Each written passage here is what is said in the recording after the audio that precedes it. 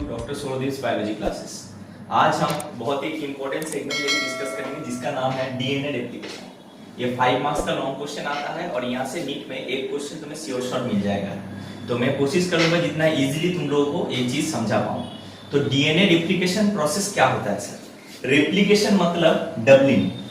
तो DNA replication में क्या होता है कि हम लोगों का बॉडी में जो मदर सेल डीएनए है वो डीएनए अपना एक कॉपी बनाता है। That copy of DNA is called multiplication और रेप्लिकेशन। तो डीएनए रेप्लिकेशन को और एक हम नाम दे सकते हैं, it is also called multiplication. तो बॉडी डीएनए क्यों सर डिवाइड होके एक नया डीएनए बना रहा है? क्योंकि एक टर्म हम लोग पढ़ेंगे that is called central dogma. तो सेंट्रल डॉग्मा साइंटिस्ट क्रिक ने डिस्कवर किया था। इसका मतलब है कि डीएनए से बनता है आरएनए एंड आरएनए से बनता है प्रोटीन। तो ये प्रोटीन फॉर्मेशन के लिए शॉर्ट चेन मॉलिक्यूल चाहिए। ये शॉर्ट चेन मॉलिक्यूल कौन प्रोवाइड करता है सर? बहुत सारा आरएनए, बहुत सारा छोटा छोटा आरएनए एक जगह पे जुड़ के पेप्टाइड बॉन्ड से जब जुड़ के एक लॉन्ग चेन मॉलिक्यूल बनाएगा, उसको हम बोलेंगे प्रोटीन। तो डीएनए बेटा एक डबल हेलिक्स स्ट्रक्चर है। तो इसको अगर हम दो अलग अलग सेगमेंट में डिवाइड करें तो एक एक सिंगल आरएनए होगा। ये सिंगल आरएनए अपने बीच में पेप्टाइड बॉन्ड बना के एक प्रोटीन फॉर्मेशन करेगा। तो this overall process is called central dogma. अभी हम लोगों का बॉडी सेल के अंदर जो कोर डीएनए है वो अगर डिवाइड कर जाएगा तो क्या प्रॉब्लम आएगा? तुम्हारा बॉडी सेल का डीएनए टोटली खत्म हो जाएगा। इसीलिए DNA carries our parental character which will be carry forward to our next generation. तो दैट्स व्हाई नेक्स्ट जनरेशन में कैरी फॉरवर्ड करने के लिए हम लोग का बॉडी के अंदर जो मदर डीएनए, जो कोर डीएनए है सेल के अंदर, वो कभी भी डिवाइड नहीं करता, वो अपना एक कॉपी बनाता है। इस कॉपी बनाने का प्रोसेस को हम बोलते हैं डीएनए रेप्लिकेशन और मल्टीप्लिकेशन। इस कॉपी बनाने के थ्रू क्या करता है कि वो डीएनए रेप्लिकेशन की वजह से नया रेप्लिका मतलब सेम जैसा दिखने वाला नया डीएनए बनेगा। वो डीएनए टूट के आरएनए सेगमेंट्स बनाएगा। वो आरएनए सेगमेंट पेप्टाइड बॉन्ड से जुड़ के प्रोटीन मॉलिक्यूल बनाएगा। This is the ultimate process because protein is the ultimate source of energy in our body. तो चलो अब हम देखते हैं डीएनए रेप्लिकेशन कैसा प्रोसेस होता है। तो डीएनए रेप्लिकेशन में जो चीज है देख, तो सपोज ये मदर स्ट्रैंड डीएनए है। तो मदर स्ट्रैंड डीएनए को हम डायरेक्शन देते हैं। डीएनए हमेशा याद रखना 5 प्राइम टू 3 प्राइम डायरेक्शन में जाता है। तो अगर हम इसको 5 प्राइम टू 3 प्राइम बोलेंगे तो इसका ऑपोजिट ऑब्वियसली क्या होगा? 3 प्राइम टू 5 प्राइम। तो पहले ये जो डीएनए स्ट्रैंड है, ये डीएनए स्ट्रैंड के अंदर एटीजीसी ये स्ट्रॉन्ग हाइड्रोजन बॉन्डिंग रहता है। इस हाइड्रोजन बॉन्डिंग को हमें तोड़ना है। तोड़ने के लिए पहला जो एंजाइम चाहिए उस एंजाइम का नाम है हेलिकेज। तो मैं फिर से रिपीट करता हूं, हेलिकेज एक ऐसा एंजाइम है जो डुअल नेचर प्ले करता है। पहली बार हेलिकेज का काम है unwinding of DNA double helix. Unwinding मतलब डीएनए के दो स्ट्रैंड के भीतर जो स्ट्रॉन्ग एटीजीसी बॉन्डिंग है, हाइड्रोजन बॉन्डिंग, उसको तोड़ना। उसको अगर हम तोड़ेंगे तो तब जाके ये दो स्ट्रैंड ऐसे अलग होके स्ट्रेट बन जाएगा, ऐसे स्ट्रेट वाला स्ट्रक्चर बनेगा। तो हेलिकेज एंजाइम का काम क्या हुआ? Unwinding of DNA double helix मतलब हाइड्रोजन बॉन्ड को तोड़ देता है। अब हमें दो स्ट्रैंड को सेपरेट करना पड़ेगा जिसके वजह से इन दोनों के बीच में कोई इंट्रामोलिक्यूलर हाइड्रोजन बॉन्ड ना रहे, जिसके वजह से दोनों अपने आप से बिछड़ जाए। तो ये बिछड़ने के लिए यहां पर सेकेंड जो एंजाइम चाहिए उस एंजाइम का नाम है टोपोआइसोमरेज। ये टोपोआइसोमरेज हम यूज करते हैं in case of eukaryotes, whereas in case of prokaryote हम लोग यूज करेंगे डीएनए गाइडेज। तो डीएनए गाइडेज एंजाइम का रोल क्या हुआ? इसका काम है separation of the both two strand. तो दोनों स्ट्रैंड को अगर हम ऐसे सेपरेट कर देंगे तो दोनों के बीच में कोई भी बॉन्डिंग नहीं रहेगा, जिसकी वजह से दोनों स्ट्रैंड वीक हो जाएगा। तो दोनों स्ट्रैंड वीक हो जाएगा तो क्या होगा? हम लोगों को सुविधा, इजीली हम यहां से नया डीएनए बना सकते हैं। तो टोपोआइसोमरेज और डीएनए गाइडेज दोनों एक ही है, एमसीक्यू में क्वेश्चन पूछता है। इसके बाद थर्ड में आएगा कौन? वो है एसएसबी प्रोटीन। एसएसबी प्रोटीन का नाम है सिंगल स्ट्रैंड बाइंडिंग प्रोटीन, मतलब दो स्ट्रैंड के बीच में किसी भी एक स्ट्रैंड के ऊपर ये काम करेगा। तो बेटा देख, ये जो 5 प्राइम से 3 प्राइम वाला डायरेक्शन वाला है स्ट्रैंड, और ये इसका ऑपोजिट है 3 प्राइम टू 5 प्राइम। तो डीएनए का सबसे स्ट्रॉन्ग स्ट्रैंड कौन सा है? 5 से 3 वाला। इसीलिए इस स्ट्रैंड के ऊपर कौन बैठेगा? इस स्ट्रैंड के ऊपर बैठेगा छोटा छोटा एसएसबी प्रोटीन्स। तो देखो मैंने इसे छोटे छोटे गोल गोल बना रहा हूं ग्रीन कलर का, दे आर एसएसबी प्रोटीन्स।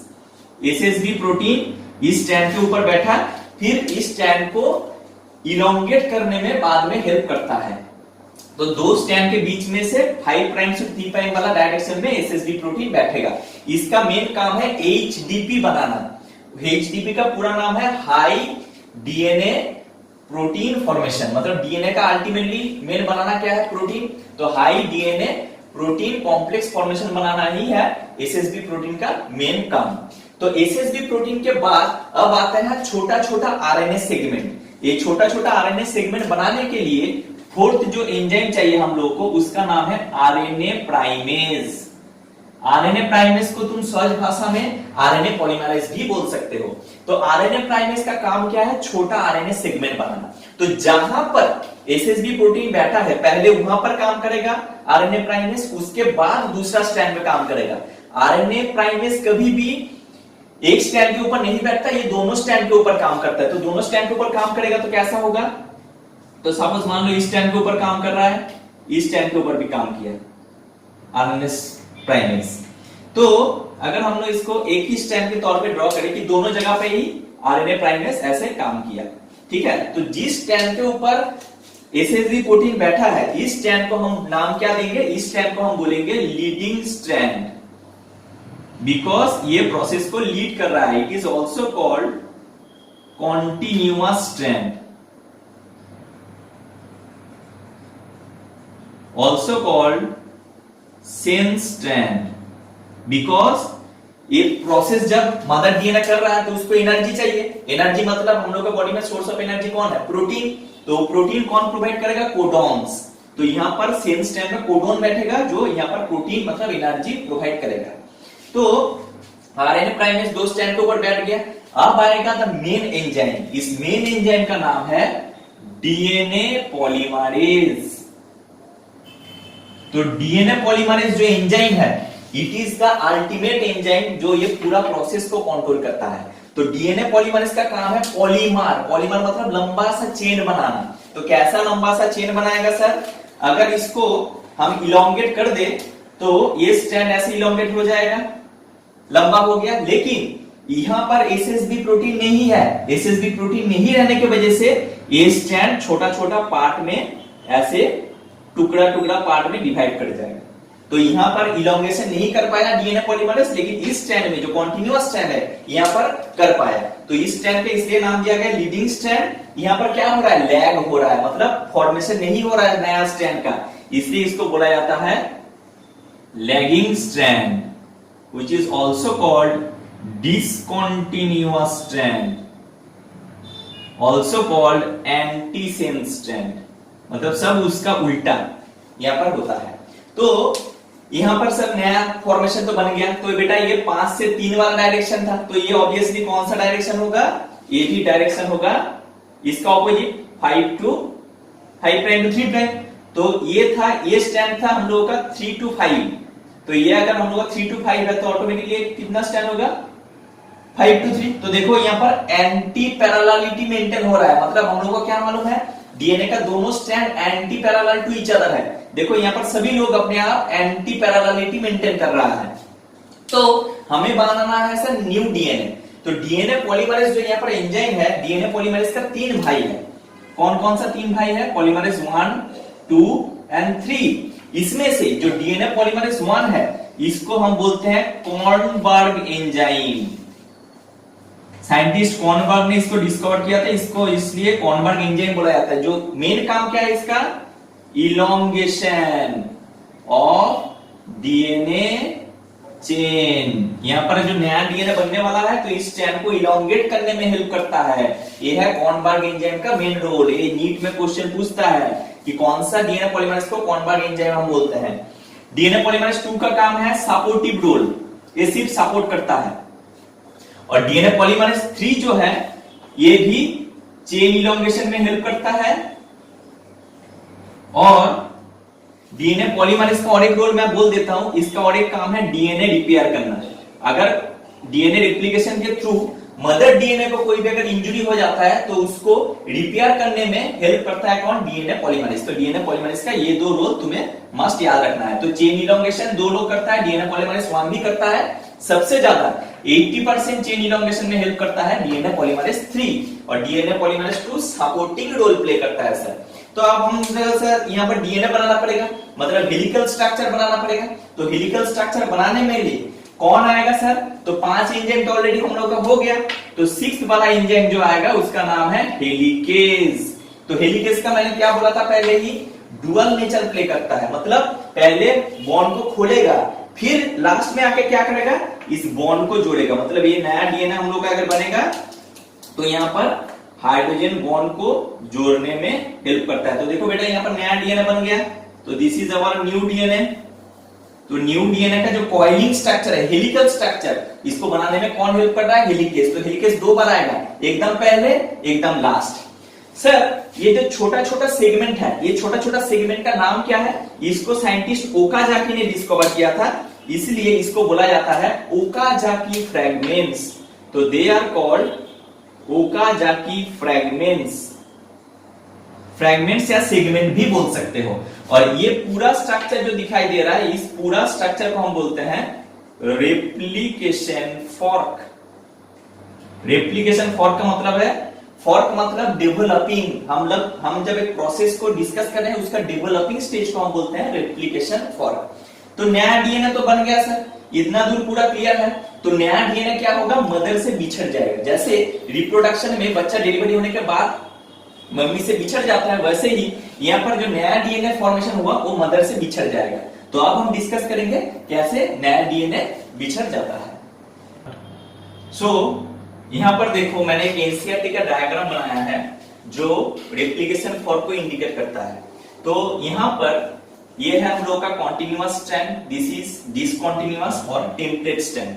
तो यहाँ पर ये वाला जो सेगमेंट दिया है, मतलब यहाँ से नया डीएनए जो फॉर्मेशन हुआ था वो निकल गया मदर से। अब ये छोटा छोटा सेगमेंट को हम ओकाजाकी फ्रैगमेंट्स बोलते हैं, एंड ओवरऑल स्ट्रक्चर को हम बोलते हैं रेप्लिकेशन फॉर्क। अभी ध्यान से सुनना मेरी बात, जब नया डीएनए मदर डीएनए से अलग होकर निकल गया तो इसके बाद क्या होगा सर? मदर डीएनए फिर से अपना पहला जैसा शेप मेंटेन करने की कोशिश करेगा। मतलब जैसे हेलिकल स्ट्रक्चर था वैसे ही मदर डीएनए अपने आप फिर से हेलिकल स्ट्रक्चर बनाएगा। उससे पहले यहाँ पर जो ओकाजाकी फ्रैगमेंट्स है, ओकाजाकी फ्रैगमेंट्स को जोड़ने के लिए एक एंजाइम चाहिए। उस एंजाइम का नाम है डीएनए लाइगेज एंजाइम। तो डीएनए लाइगेज क्या करता है? It helps to join the Okazaki fragments and make sugar phosphate backbone linkage. क्योंकि हम लोग को मालूम है डीएनए का जो सेगमेंट्स है वहां पर शुगर फॉस्फेट बैकबोन लिंकेज रहता है जो पूरा डीएनए को पकड़ के रखता है with the help of hydrogen bond. यहाँ पर डीएनए लाइगेज का काम है ओकाजाकी फ्रैगमेंट्स को जोड़ना प्लस शुगर फॉस्फेट बैकबोन बनाने में हेल्प करता है। तो यहाँ पर जहां हम लोग का आरएनएस प्राइमेस काम किया था, जहां से हम लोगों का डीएनए पॉलीमरेज काम किया था, नया डीएनए बनाया था, तो नया डीएनए मदर डीएनए से अलग होने के बाद फिर से ये स्ट्रैंड देखो एंटी डायरेक्शन में जा रहा है, मतलब ये डायरेक्शन में, ऊपर की डायरेक्शन में जा रहा है। क्यों? क्योंकि ये दोनों ये सेंटर में आके डिसॉल्व हो जाएगा, फिर जाके हेलिकेज एंजाइम फिर काम करेगा, फिर मदर डीएनए को पहले जैसा कॉइलिंग स्ट्रक्चर था वैसे ही बनाने में हेल्प करता है।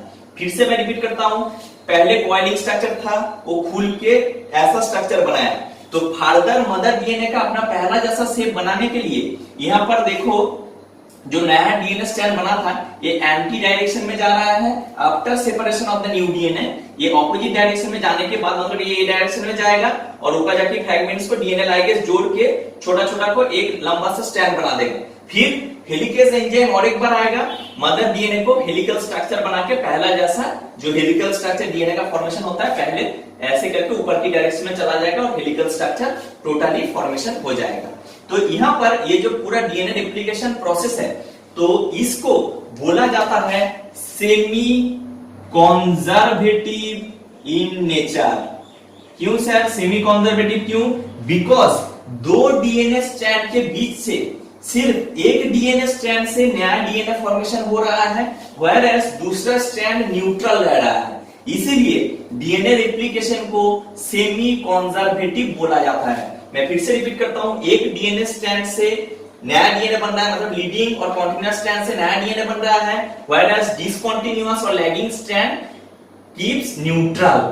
दैट्स व्हाई डीएनए रेप्लिकेशन को सेमी कॉन्जर्वेटिव बोला जाता है। हम लोग नेक्स्ट वीडियो में डिस्कस करेंगे मिचेल्सन एंड स्टार्स एक्सपेरिमेंट, क्यों डीएनए रेप्लिकेशन को सेमी कॉन्जर्वेटिव बोला जाता है। फ्रेंड्स, डीएनए रेप्लिकेशन का जो पूरा नोट्स है जो मैंने अभी डिस्क्राइब किया है, तो ये पूरा नोट्स तुम्हें नीचे में लिंक में डिस्क्रिप्शन में भेज देता हूं पीडीएफ फॉर्म में, तुम लोग डाउनलोड करके नोट्स कॉपी कर लेना।